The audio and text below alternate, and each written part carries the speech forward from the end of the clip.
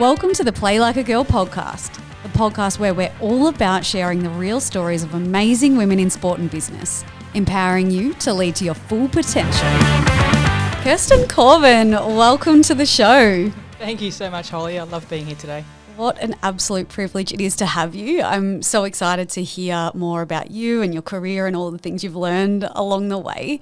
So let's start back. Little Kirstan, tell me about growing up. Were you a sporty kid? What did life look like for you? Yeah, look, I had a very fortunate childhood. I had a great family and great early life. I was definitely a sporty kid. I was born into a probably third generation Hawthorn, in terms of Hawthorn Hawks of the AFL, and loved going to the footy. Went with my family, so my dad and my brother and others, and that was very much a part of what we did. Dad was very involved in community footy as well. So it was just something I just really loved sport. I understood the power of sport in terms of creating belonging and connection, and I really felt that as a kid. I would have done anything to be able to play footy. As a sport, I'm actually a very modest person, but I can tell you now that I can kick a footy. That was something I knew very young, and would have loved to have had the same opportunity that my brother and all the boys who I was friends with had to play footy, but unfortunately that wasn't something that I could do at that point. I did try. Back then it was called VicKick before it was Auskick, and I went along on a Saturday morning with all my friends to try to be part of that. And it was actually really difficult to register, and they needed me to fill in a form to say, what's the name of your son, on the form, and those kinds of things. And even as a young girl, you kind of go, this does not help me feel like this is what I should be doing.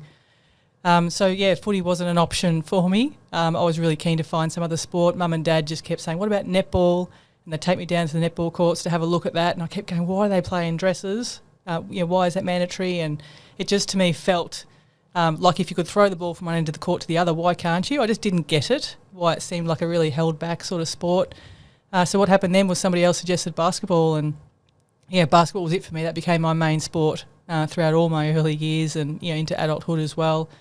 Loved it. I always had a very mixed gender group of friends, and basketball was one of those things where that was really easy to have happen. The boys played, the girls played. You actually play together at times, and loved it. Yeah, it sounds like from an early age you already were starting to have an awareness that things aren't equal or things aren't fair. You started to notice that really early. Yeah, I think it's kind of shocked me at times. I just didn't understand why it would be different for my brother compared to me. And why these programs were there, and I was as good as the boys. I was probably better than a lot of the boys at playing, why I wasn't actually able to go about it in the same way as them. So I was young and I wouldn't have fully understood it, but it did shock me, and I didn't like it, and I thought it was really unfair for sure. And I think that does come back to me, all those memories, when you start thinking about the work that I've been doing over recent times in terms of driving gender equity for women and girls through sport, physical activity, even prevention of violence against women.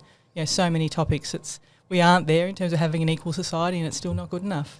Do you think those sparks were lit really early on when you started to notice that, and that's really informed where you've gone in your career and the things that you're passionate about now?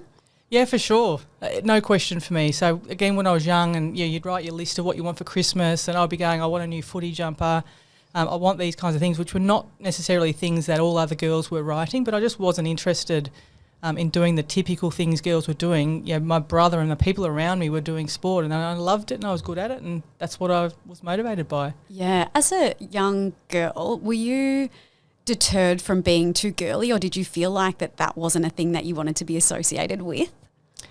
I don't think it came naturally to me to be really girly. It's partly I was very close to Dad, I was very close to my brother, so it really wasn't something that I saw a whole lot of or wanted to be like. When I looked at other girls who were far more girly than me, I just didn't get it, and I didn't feel like I wanted to spend a whole lot more time with them. I didn't want to play with the same stuff they wanted to play with. I didn't do all the giggly, girly kind of stuff that they did as well. I always had mixed friendship groups, lots of boys in my friendship group, and the girls that were in it were certainly the sportier girls as well. So that's been my whole life, I think, along those lines. Yeah. And did you ever have that taunt of you play like a girl, whether that was from negative or not? Look, I'd heard it plenty. Again, I was fortunate because I was pretty good at sport. It wasn't a criticism that people made of me, but it was something that other girls who when I watched them try to join in and play sport, they certainly didn't feel like they were welcome and could do that, and they were certainly hearing comments like play like a girl, meant with a derogatory tone, and again, not good enough for that kind of messaging to be out there. But today, to see it used so differently is just so incredibly impressive. Definitely. Did you ever have any experiences growing up in sport where the people are shocked that you're a female and that you're actually really good at sport? Plenty. Yeah. Like it was I remember walking past a cricket oval one day and the ball rolled in front of me and kind of had to send it back and really got a good arm. That was something in our family we were known for, I guess. And the guys yelled out, "Gee, she throws like a bloke," or something like that. And I thought, I remember going and having a kick on the ground after the local footy was on, and people would just be so surprised that a girl could kick well. Now that's probably a very different story, but I'm curious about your experiences like that. Yeah, I used to have that experience all the time. So as soon as somebody actually had a look at you, pick up a footy and kick it, they really shut up at that point, and you were okay to be participating. Even recently, like I'm currently the sports trainer for my nephew's under 13 footy team in Murrumbina, and I love that he asked me to do it. And I kind of go, it's such a good feeling that he at 13 wants me to be part of his life and spending time with himself and his friends. And I'm happy to do that role. And, you kind of give up 18 Sundays or whatever and put a lot of time into it. But sometimes, like, the ball will come to me on the boundary line and you'll need to kick it back in to play. And I don't think about it. I just kind of kick it back in. And some of the kids are just go, "Oh, my gosh, how did that happen?" And it's funny because they're impressed. They don't think it's weird. They actually, they feel like, proud she can of it. play. Like, this is cool. Yeah. Yeah, but it still does sort of shock people. They just assume that, women aren't going to be able to play like the men can. Yeah. Very disappointing to hear, isn't it? Now we'll get into that through the conversation, but let's talk a little bit about your early career. So when you started to make a choice about what that might be for you, I know physio ended up being the thing. How did you find the way there, or what was the decision-making process for you? Yeah, look, it's kind of interesting when you look back, isn't it? But all through high school, again, sport was my thing, and you just kind of go, I'll be a PE teacher. Like, that's the standard pathway that many people with that kind of characteristic would take. The actual PE teachers at my high school saying, don't do that. Aim higher, do something else. And I knew I was able to do something else. So physio became the choice at that time. In terms of, you always assume you know what physio is, but most people don't know what it is. And so many people studying undergrad physio kind of go, what is it? Not just working with sports teams. There's a whole lot more to it. But I went on to do physio as my first degree. Loved so much about it. Working clinically, I found it hard to feel super rewarding about doing it because I just got so taken by the prevention angle. Okay, what I'm spending as a physio so much of my time waiting for people to become affected by their illness or their disease or their injury, and I'm trying to patch them up at the end. And I go, there's so much more I can do if I can actually work further upstream and start supporting people around feeling connected in their community, doing more physical activity, staying fit and healthy and well, and that just made sense to me. So I really steered my career into health promotion and prevention, continued in the health system for a long time, did some amazing years at Alfred Health. One of the highlights of my career, I think, was the final period I spent there and helping a major health service embed prevention in what it did. So some really great success and loved it. I moved on to VicHealth at that point and led the state's work in health promotion across lots of topics, but physical activity and sport was a major one, but particularly at that time was around driving better outcomes for women and girls through sport and physical activity. I did spend some time in Victorian Government, like many from the public sector did during COVID. They asked me to kind of come in and look after survival of some of the biggest economies, and professional sport and racing was one of those economies. So I was certainly working hand in hand with the AFL around discontinuing play, the creation of hub living for the whole AFL community, gradual return to play, return of crowds, and doing that across all sports. But AFL was certainly a really powerful code that we worked with. And then more recently went over to St Kilda Footy Club and took on the role of CEO of Danny Frawley Centre and really start that entity up, which was really bringing together for me massive passions in health and community and sport. Kind of the first role that you go, that's all three things coming together. This is certainly the role for me, and just had an amazing time there over the last few years. Wow, it's amazing how all of the things you've done throughout your career lead you to be a really good leader in what it is that you're doing now. Did you have a plan for your career or a vision? This is where I see myself, or this is where I'd like to go? No, I don't think I did. I think I had a really clear idea that I wanted to be doing things that were good for people and good for society. I was never motivated by commercial interests at all. It was always kind of being there in not-for-profit or government kind of sector. And I just wanted to make sure that I enjoyed my work. So I wanted to be around good people, doing things that mattered to me, where work wasn't a massive chore. Like you hear so many people have that experience and they dread going to work every day. I certainly wanted to find a job or a career that I loved. And I just kind of enjoyed every one of those roles and didn't know what was going to come next. Yeah, and it sounds like purpose and impact and community are just threaded through everything that you've done in your career. But certainly, and I kind of can't imagine doing anything that doesn't nail those three things. Yes. Yes, I imagine it would be fairly unfulfilling when you've had a background like you have to then go into a role that didn't sort of provide those things for you. Yeah, for sure. And I respect, like, lots of other people are in those kinds of roles and we need people to be in those roles, but I'm really clear around what motivates me and the kind of difference in the world that I want to make. And yeah, I've got choices and I'm fortunate to be able to make some choices and be selective around the kind of work that I do. Yeah, amazing. Could you tell us a little bit about the work you had done at VicHealth, particularly with the focus on women and girls? Yeah, look, VicHealth's an amazing organisation. So it's a body of government. So the government created it a bit over 30 years ago, originally around taxation on tobacco products. But over the years, it's really evolved its focus and it's really looking at health promotion and prevention for the whole state of Victoria. So got lots of different priorities across sport and physical activity, healthy eating, alcohol, tobacco, invests a lot in research and also achieving better equity, so reducing the gap between the most healthy and the least healthy. So I was responsible during my time for all the health promotion work for the state and had big teams of people working with me and they're amazing professionals to work with. But one of the areas for us was around sport and physical activity and really addressing the gender inequity that exists for women and girls. So we knew at the time, and is still the case today, that women and girls participate in sport and many physical activities at much lower rate than men and boys, which is not okay. Clearly, and we also did a lot of work to understand what are the barriers that women and girls experience that make that be the outcome. It was really interesting. We spoke to thousands and thousands of women over the years to understand what those barriers were from their perspectives. And once you've talked to lots of people and you get to theme some of that impact or that understanding, I guess, to work out what it is that we might be able to do to change the outcome, there were some really strong themes. And I think one that really stood out to me was women feeling a fear of judgment from others about their participation in sport and physical activity. And there were bits of that weren't surprising. So they felt fearful of being judged for their appearance, which, for many people, for women in particular, that's not a new fear and people experience that quite routinely. But during participation in sport and physical activity, they go, what if I'm not wearing the right things? What do I look like when I'm hot and sweaty? Those kinds of things were certainly there. It wasn't just judgment by men, though. Women actually felt fearful of judgment by other women, which is not what I expected to have happen. But when you think about it, you go, well, that is something that does happen. For sure. Women aren't always doing the best things for each other. Many do, but not everybody. And that is something that, women care about and were certainly impacted by. Women also felt fearful of being judged for their skills and abilities or capabilities in sport and physical activity, even going to the gym for a lot of women if they haven't done that sort of thing before, and they go, what if I get there and I look like a fool because I don't know how to use this equipment and everyone's going to be looking at me thinking I don't know what I'm doing. So that was a big one. But again, the third piece I'd highlight is that women felt fearful about being judged for their priorities. And this is particularly true when women are parents. So they've got children. They kind of go, I look like a bad mother if I head out and go for a run or go and do some sport or physical activity, because they would go out and go for a bike ride or a run or walk in the park, and other people would say to them, oh, isn't that great that you're out? Who's looking after the kids?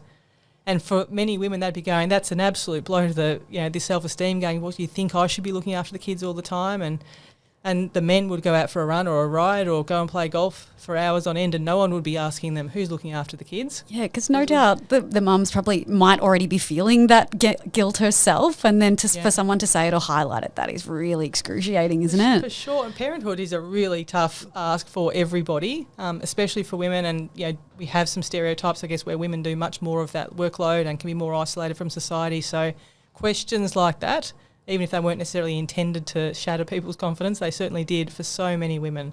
I can imagine how confronting that could have been, that doing that research and really seeing the examples of that, where that's really been destructive for the women that you're interviewing. Yep. Now, in terms of the discoveries, what were some of the solutions or what were some of the initiatives that were put in place to shift some of that? Yeah, so when you fully understand the problem, you start going, there are a whole range of things that need to happen to really nail the solutions. It's not just one thing.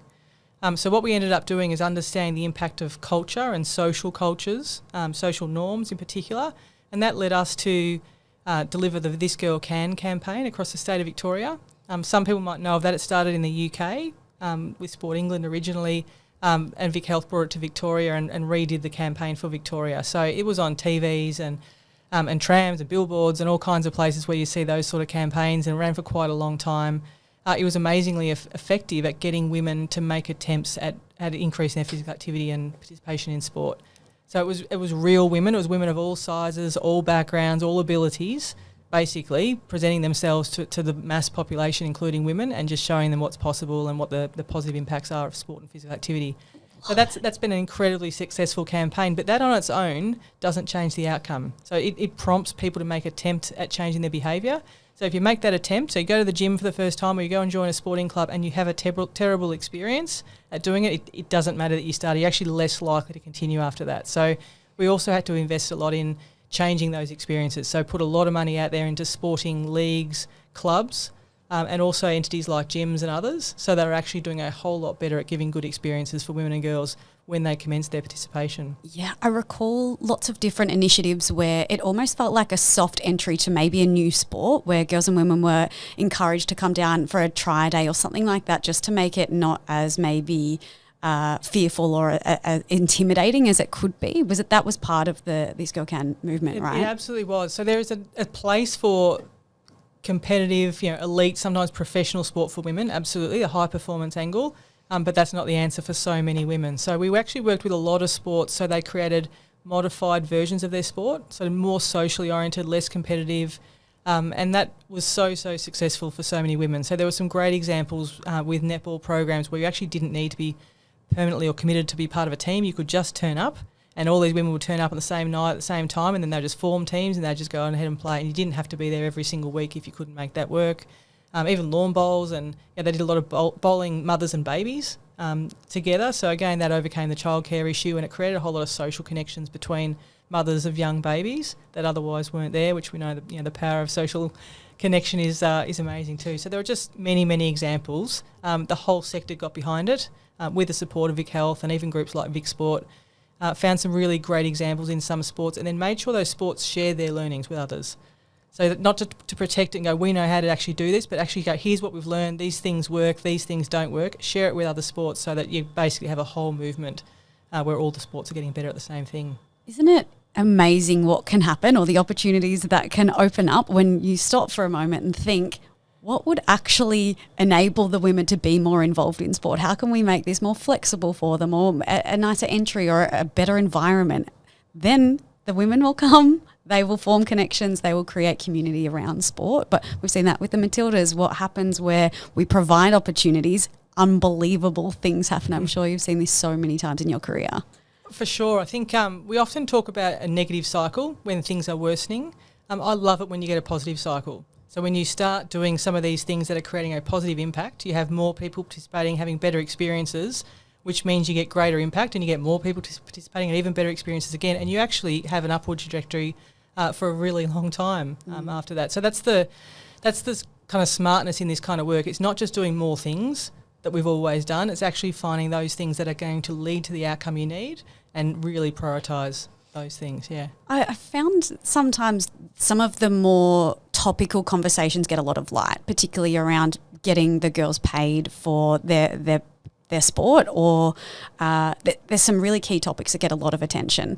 However, there are things that would solve a lot of problems that can be much smaller and not such a going to take so long. So providing uniforms that fit well, or providing daycare, or providing things that are much smaller. I find when you go and ask someone what they need to make it a better experience, they can reel it off pretty quickly, but we get carried away needing to do the biggest thing. Have you seen things like that along your journey? Oh, absolutely. Completely agree with you. I think the key there is to be able to have opportunities for women to participate in that conversation.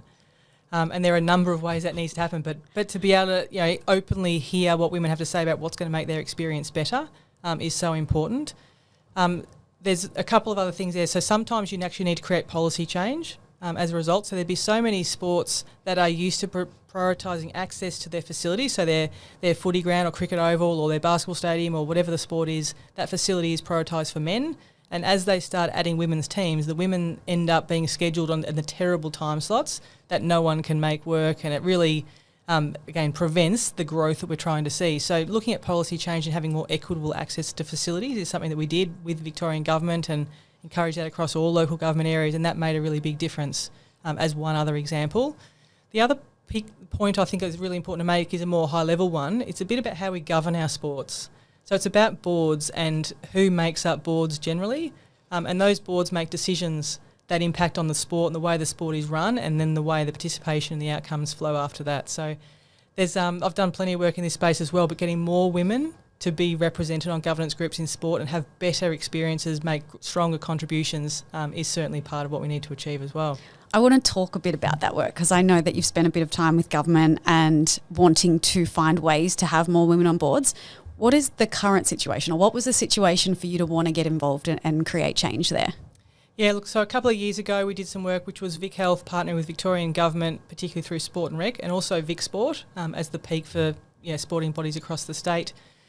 We basically investigated the rates of women's participation in boards across those sports, and what you'd see is so many boards had 0 women, and many sports had one or two kind of women. And so we look internationally and you try to understand what does best case look like here.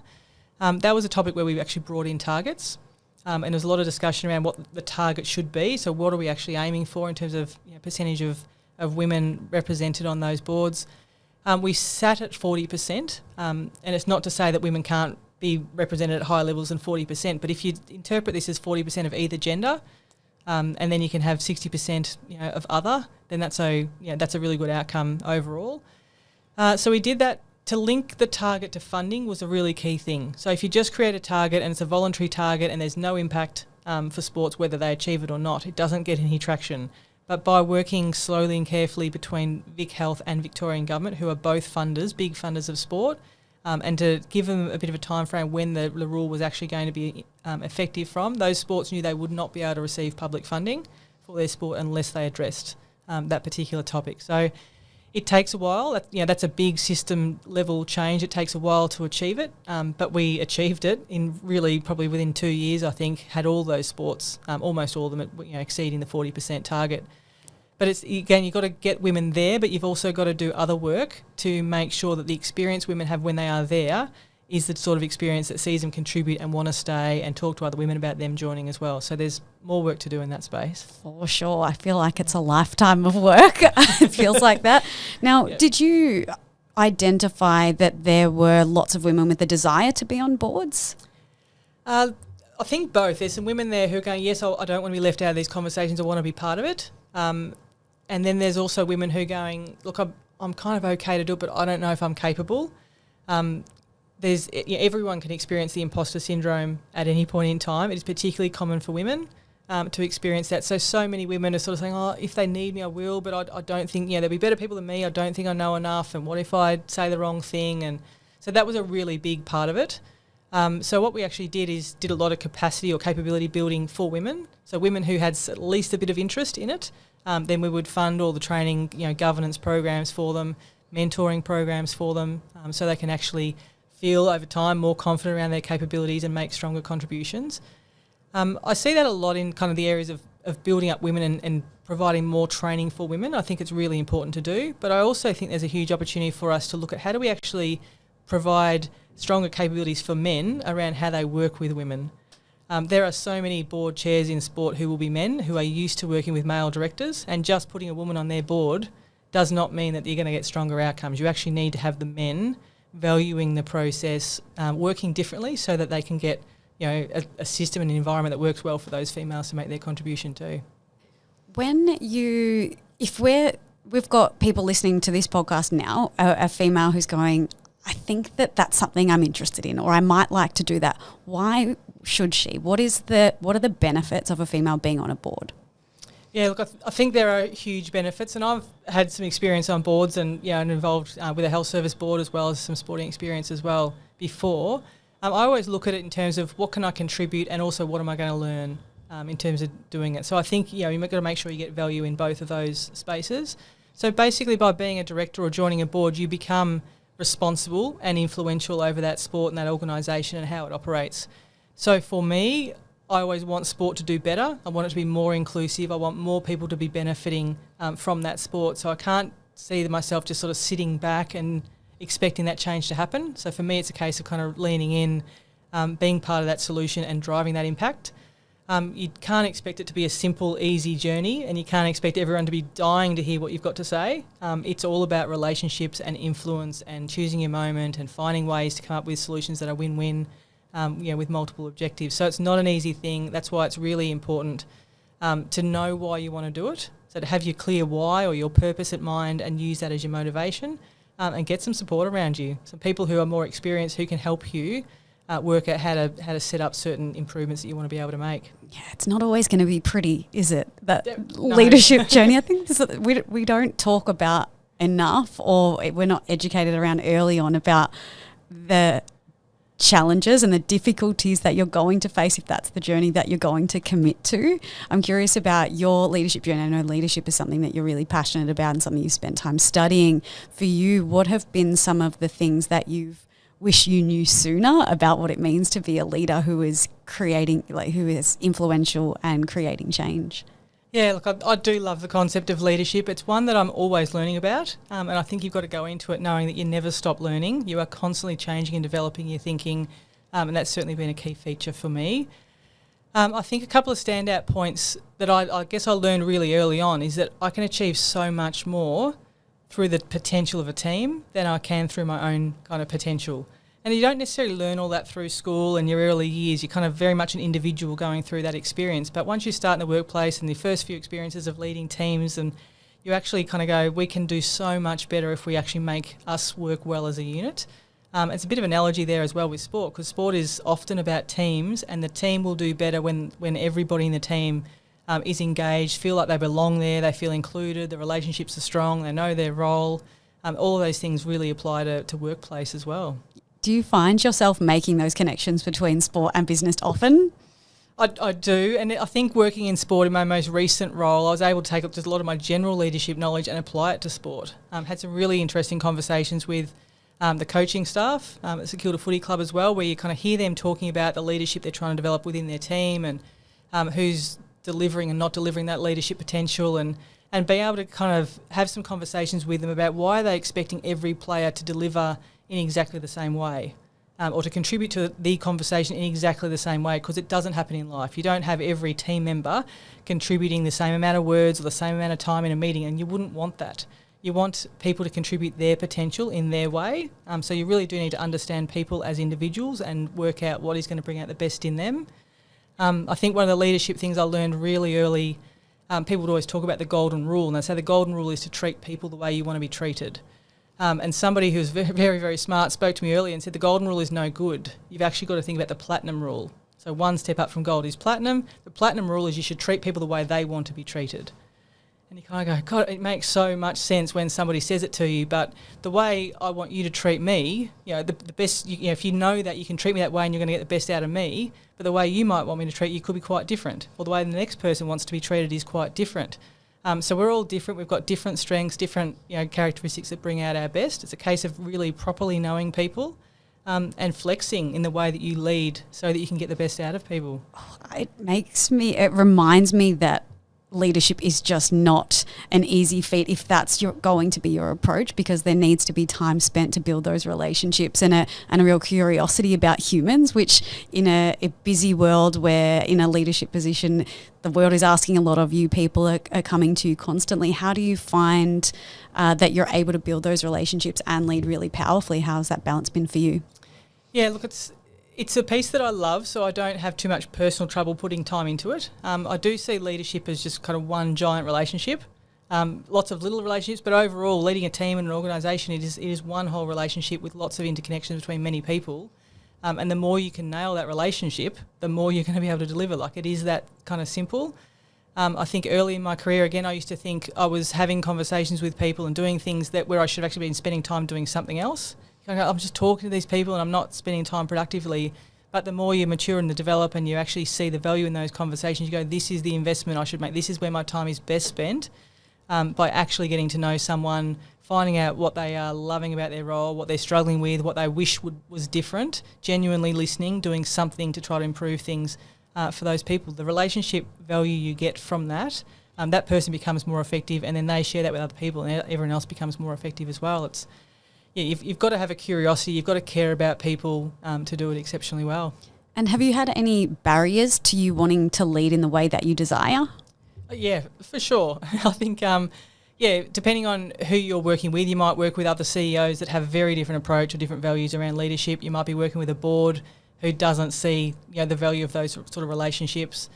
Sometimes there can just be really unreasonable expectations placed on leaders. Like, we want you to come in and start up this organisation within 5 minutes and have it financially profitable by week 3, and you just kind of these sort of expectations are just based on lack of insight kind of thing. But if you can't shape those or reshape them in partnership with the board, then you're going to be not aligned in terms of the work that you are actually wanting to do and what they're wanting to see you do.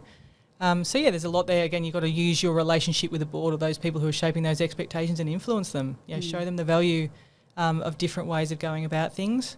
Yeah. Wow. Let's go to the Danny Frawley Centre and the work that you're doing now. I'm curious about some of the initiatives and some of the things that have been really impactful in community. Could you talk to us about some of those? Yeah, look, I love the Danny Frawley Centre. So I'm not there just now. I did the first couple of years there as the start-up and handed a lot of that work over to Chelsea Frawley, so Danny's oldest daughter, who's one of the best human beings I've ever met and had the opportunity to work with. And she's really leading a lot of that work at the moment. So in terms of what the Danny Frawley Centre was all about, it's quite inspiring. Like, it's one of the most, my most favourite roles that I've had in so many ways.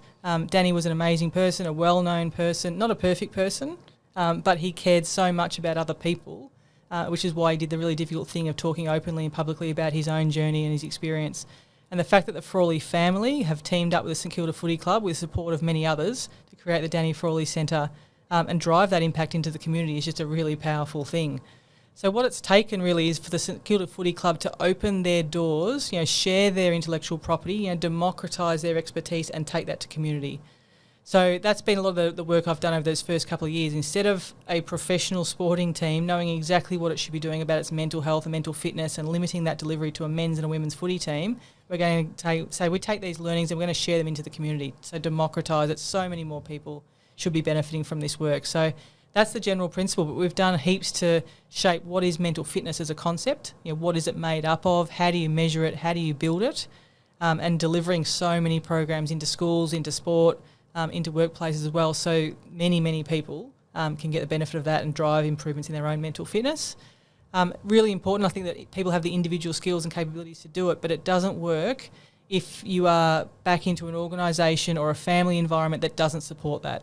So again, some of the most powerful work we have done is with parents, with teachers, with coaches from sporting organisations as well, so that they can then support those young people to deploy the new skills and abilities that they've just gained.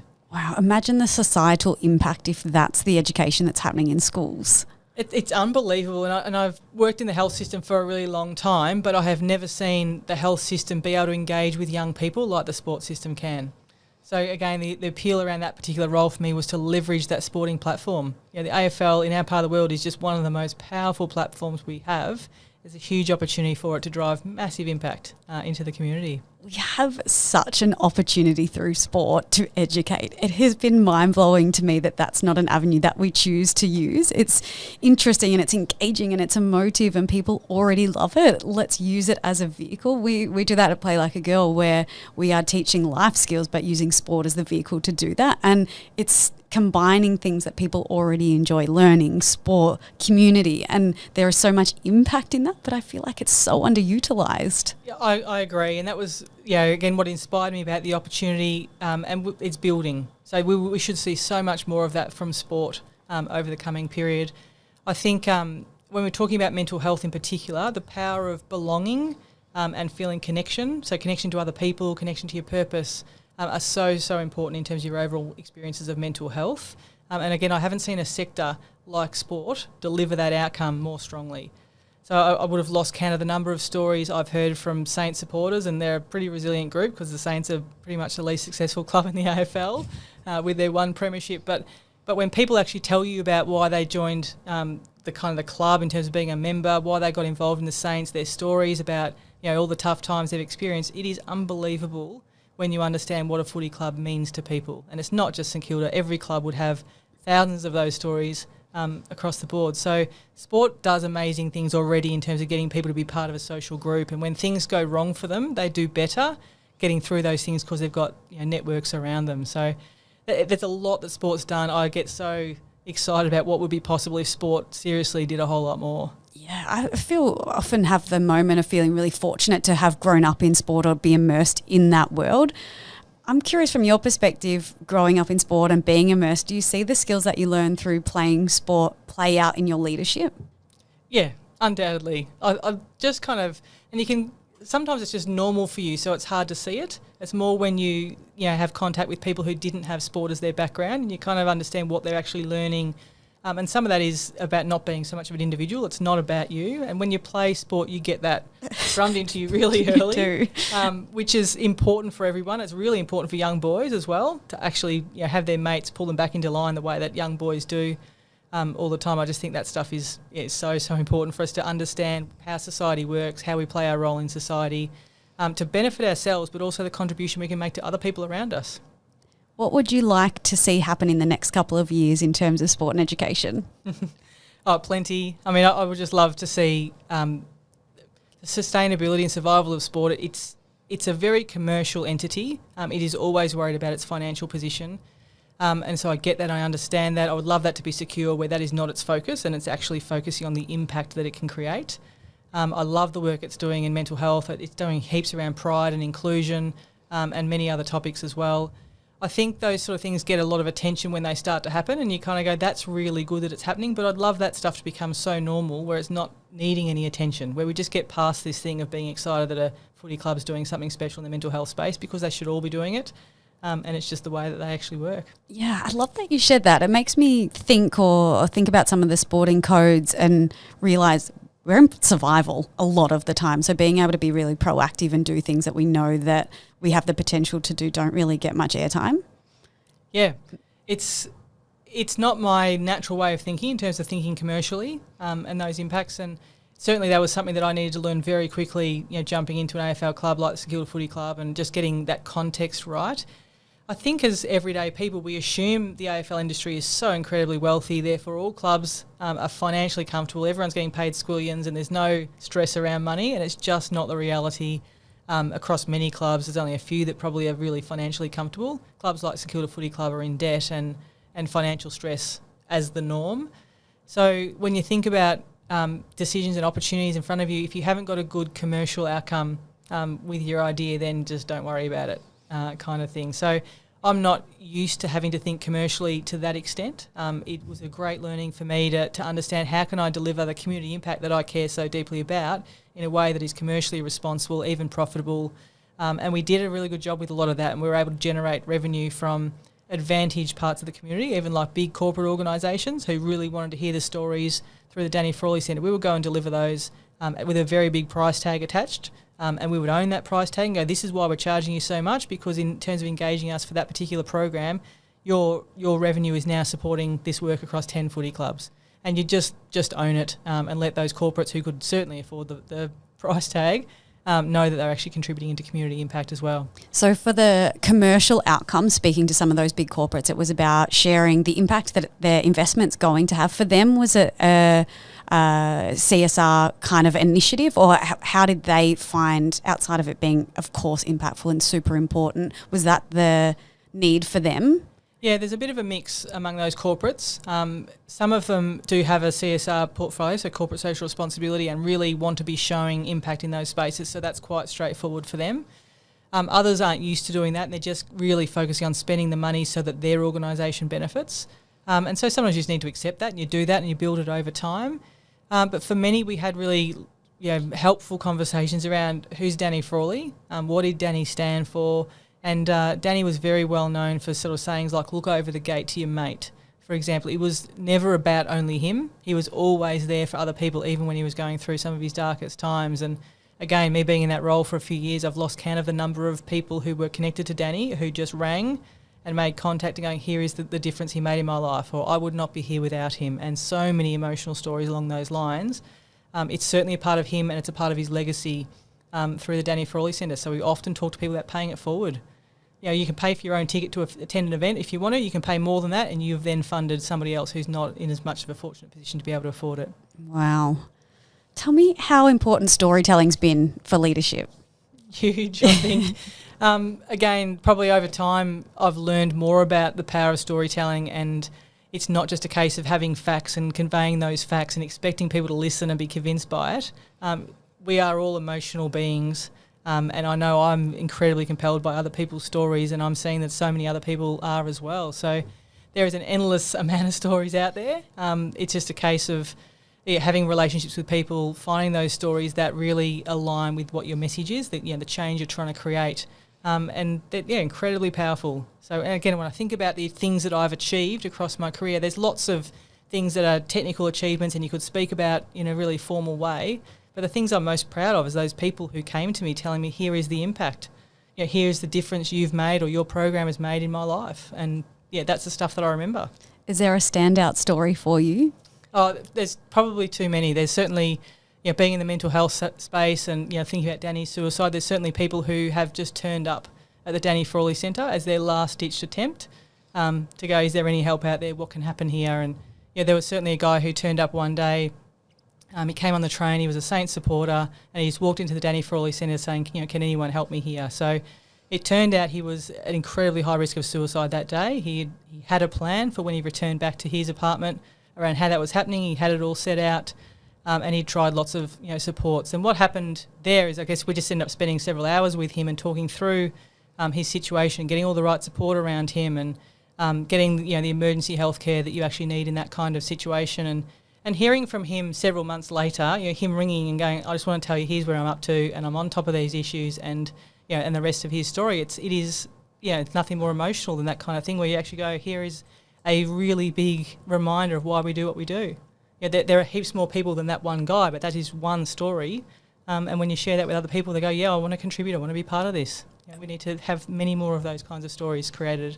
That was exactly what I was thinking as you were sharing that story. Moments like that remind you of why we do what we do, or why you're working so hard at times for exactly moments like that. Yep. So powerful. Yep, absolutely. And the stories with young people, you kind of go, it'd be really hard to be a young person in today's life. I think I feel for them in terms of the challenges that they have, not the same challenges that I experienced when I was young. And so, again, making an impact for young people is something that really motivates me, because the value of those early years are so important. It really sets up people's lifelong health outcomes. So we've got to go young. We've got to not just wait until it's too late. Yeah. And in terms of mental health now, and for those young people, what are some of the recommendations or things that you think are an absolute non-negotiable?